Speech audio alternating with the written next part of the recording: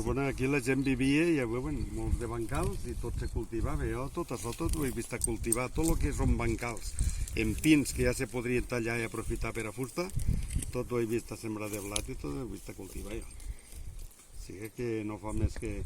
Això fa 40 anys. L'any 60-65 pràcticament se vivia a tots els masos. Este és un dels primers que es va abandonar, però a néixer d'aquí dins jo vaig conèixer 2 cases. Ahí vivien 2 cases. Jo vaig conèixer-ho. I aquí pues, se criava la gent. Este era un dels masos menuts. Els masos menuts normalment arreplegaven menjar per a casa i després sortien a treballar.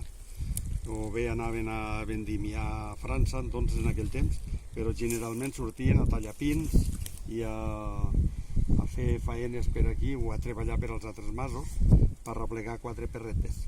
I els masos més grans tenien una bona ravereta de ganado i pràcticament se collia de tot aquí, perquè al poble hi havia 2 molins d'oli, també se replegava oli, i vi, i pataques i això, i a Rossell que no se podia produir res d'això, hi havia un mercat d'aquí a Rossell enorme.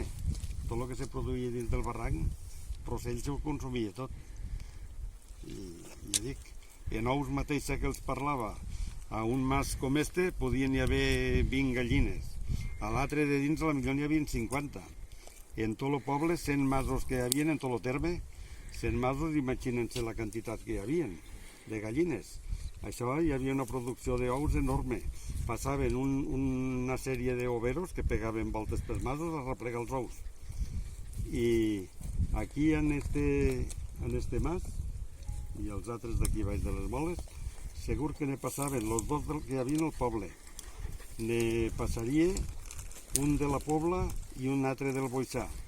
I el més famós de tots era de Bel.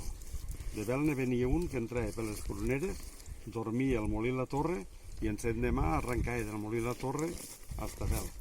I omplia uns panastos d'ous a cada vegada que pegava la volta.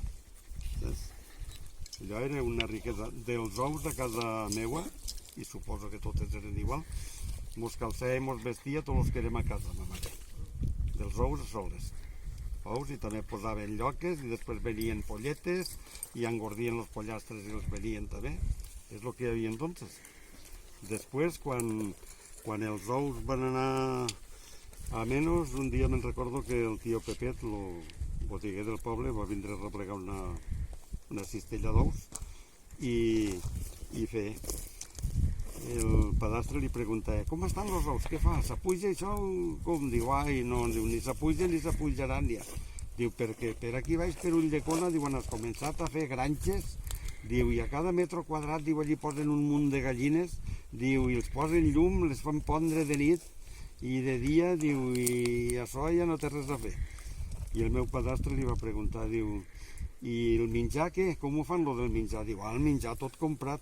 Diu, però no pot ser, la gallina, comprant-li el menjar, no pot ser rentable, perquè la gallina n'en solta ella, es carve molt i s'aplica molt. Diu, si li han de comprar tot el que es menja, no faran per...